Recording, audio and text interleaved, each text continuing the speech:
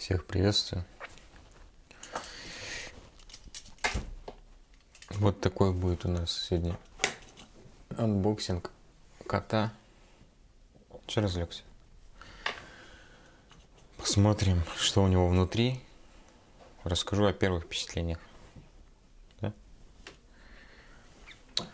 Если серьезно, сегодня на распаковке у нас будет клавиатура от Corsair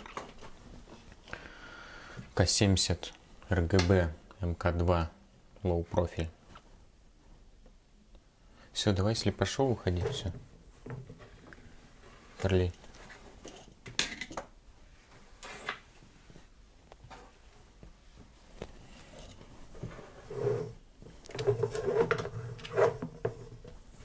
Все, уходи. Куда собрался?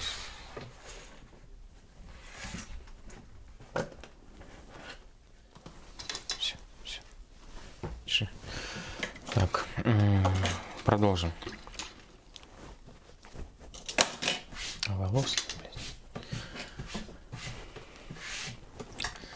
В общем, клавиатура эта пришла мне давненько, и все никак не доходили руки сделать распаковку. Давайте уже посмотрим, что в этой клавиатуре нового, чем она отличается. По идее, она должна быть намного меньше по габаритам, такой больше киберспортивный вариант,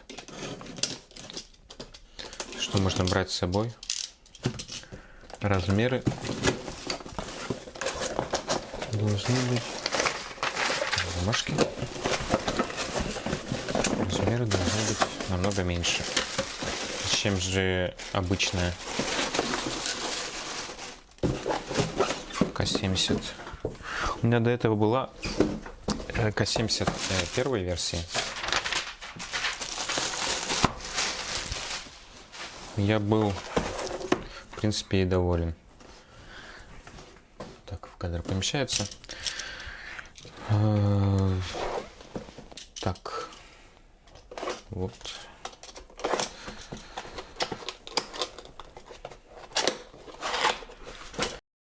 Небольшие технические проблемы. Уже распаковал все. Сижу, рассказываю, разложил. У меня не записывает флешка. Кончилась память. Я все снова запаковал и распакую заново. В общем, что у нас по коробке? Давайте еще пройдемся. Такая вот коробка в новом стиле. Тут надпись Waiter. Играй чем угодно. Давайте точно переведем, что хочет нам сказать Corsair. Такая надпись. И играй через что угодно. Не знаю, что они хотят этим сказать. Играй через что угодно. Вот здесь размеры клавиатуры, что она стала меньше. Стандартная была 40, сейчас это в высоту 29. Не знаю, видно? Должно быть видно. И по свитчам. Раньше был стандартный свитч MX 18,5 мм, Low Profile 11,9.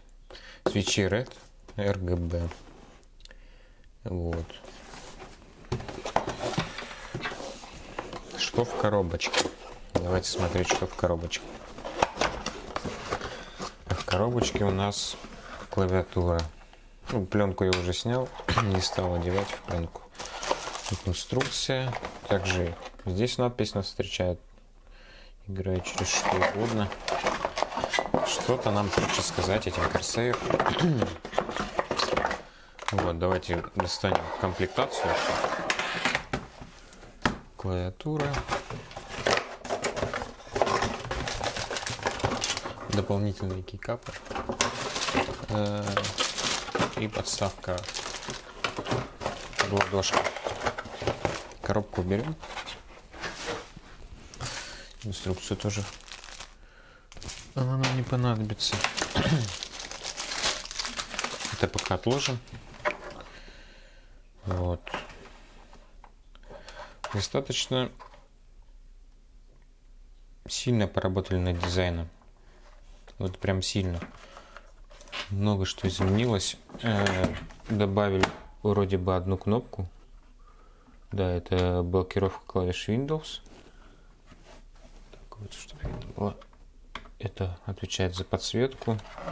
И это, я так понимаю, профиль переходит в профиль настроек. Так, и они здесь раньше были. Вот этот блок клавиш был вот здесь вот. Вот. Так, колесико поменяли, немножко другим сделали. И ход такой в то же время достаточно плавный, в то же время тугой. Очень приятное ощущение. Кстати, в прошлой версии, точнее в первой, были проблемы с колесиком регулировки громкости. Также муты и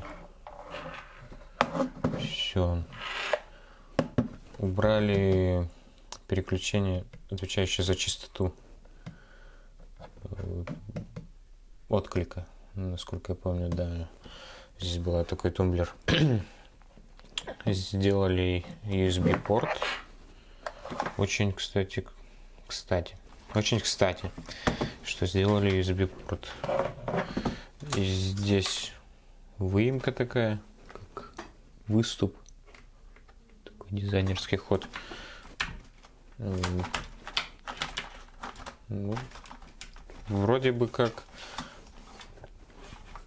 ложатся ладошки. Я не знаю, как у других людей. У меня такие достаточно средние. Чуть больше средних. И вроде как удобно.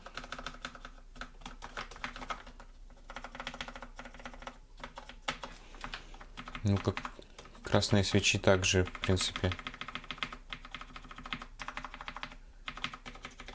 звучат. Так же звучат, как и старые. Может, чуть потише даже. И ход такой коротенький, приятный. Можно послушать вот К70. И у меня есть HyperX Алоэ. Ну, она же Алоэ, она же Марс. У меня просто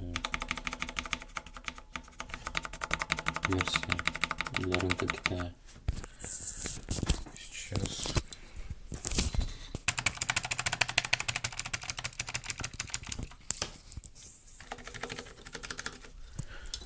Чтобы Enter дотягивался также.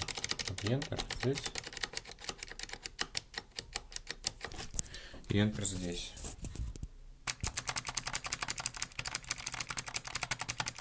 Прям печатная машинка, есть разница. Так. Что у нас по проводу? Провод такой же остался. Длинный, большой, твердый. Единственное, поменяли блок вот этот. И сами USB. Были такие вот, сейчас покажу. Старые были вот такие вот. Ну,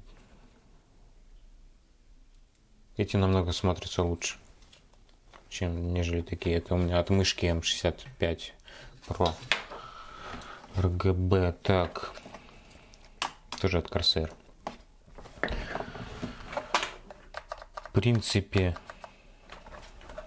что еще? И вот рифленый сделали такой прорезиненный. В принципе, все прорезиненные, такие более soft-touch клавиши. Не знаю, будут ли они стираться. Посмотрим. Но это такая более прорезиненная, пробел. И рифленая. Очень приятно.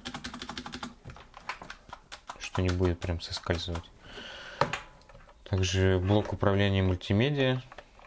Ну, им, как правило, сейчас никто не пользуется. Так что это такое посредственное.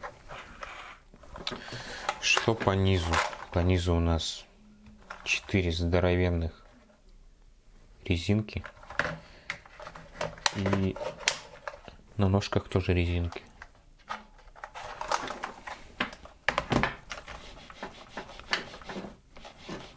Так немножко катается.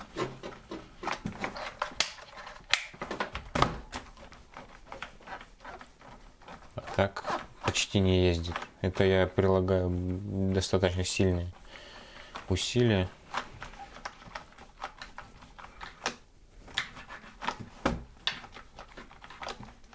То есть просто вот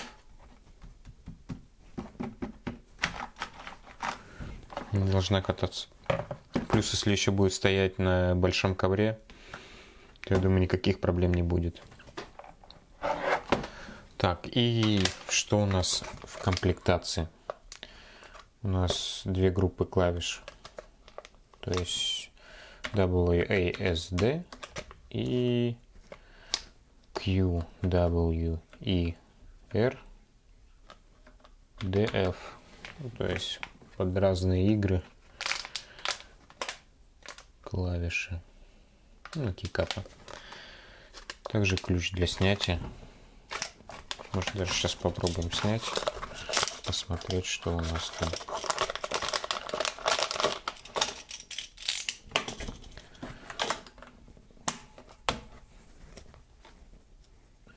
Давайте поменяем. Распаковал. Единственная проблема еще в том, что мне должны были прислать русифицированную клавиатуру. А этого они не сделали. Очень-очень обидно.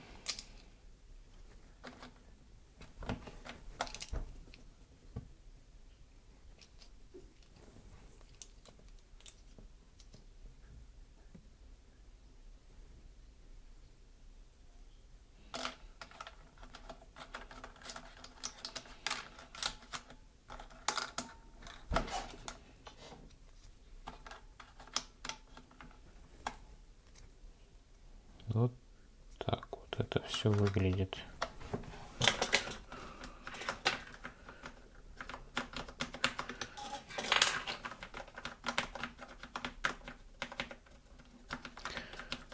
Ну, позиционирование пальцев достаточно хорошо.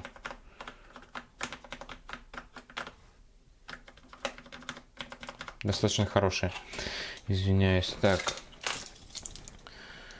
В общем, будем писать в Corsair еще, почему у нас не русифицированная клавиатура, и будем делать полноценный обзор. Попользуюсь, скажу плюсы и минусы, но это будет позже. А, да, и забыл, подставка также у нас под ладошки. Под ладошки подставка у нас. Тоже такая прорезиненная, классная.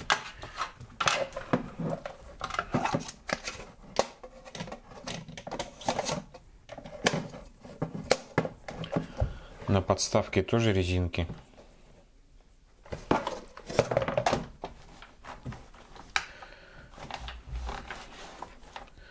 Но если вот так вот, пальцы куда-то хочется вверх положить. Не знаю, попробую и с ней поиграть, и без нее. Достаточно непривычно пока что. У меня просто на HyperX немного побольше, и она пониже сама. Подставка под ладошкой пониже, а клавиши побольше, и как-то вот по-другому совсем рука лежит. В общем, на этом все. Тесты и обзор такой полноценный с плюсами и минусами я буду снимать позже. Сначала поиграю на ней, протестирую и уже буду говорить, как эти свечи ведут себя, есть ли какие-то проблемы с софтом и прочее. Вот. А на этом все. Всего хорошего. Всем пока. Да, также подписываемся на Twitch, на Instagram. Там ссылки будут в описании. Куда-нибудь подписывайтесь. На канал тоже подписывайтесь. Будет больше всяких интересных видео. На этом все. Да, и клавиатура это первая в России, я так понимаю. Больше ни у кого обзоров я пока что еще не видел на русскоязычном сегменте. Так что в этом эксклюзивчики. Так что все, всем пока. Так, небольшая поправочка. Немножко ввел в заблуждение. Вот этот элемент, горбинка, присутствовал и раньше, и в первой версии К70. Сейчас посмотрел ролик, терзали сомнения, то что что-то я сказал не то. Да, этот элемент присутствовал и раньше. Не знаю, почему мне показалось, что его не было. Раньше просто, может, не обращал внимания, потому что клавиатура была чуть больше и как-то не бросалась в глаза. Все, на этом, наверное, подытожим. И ждите полноценный обзор. Буду тестировать клавиатуру сейчас. И потом уже расскажу, какие плюсы, какие минусы. И, в общем, в целом подведу итог какой-то. В принципе, от прошлой клавиатуры я остался доволен. Не знаю, что будет от этой. Все, всем пока.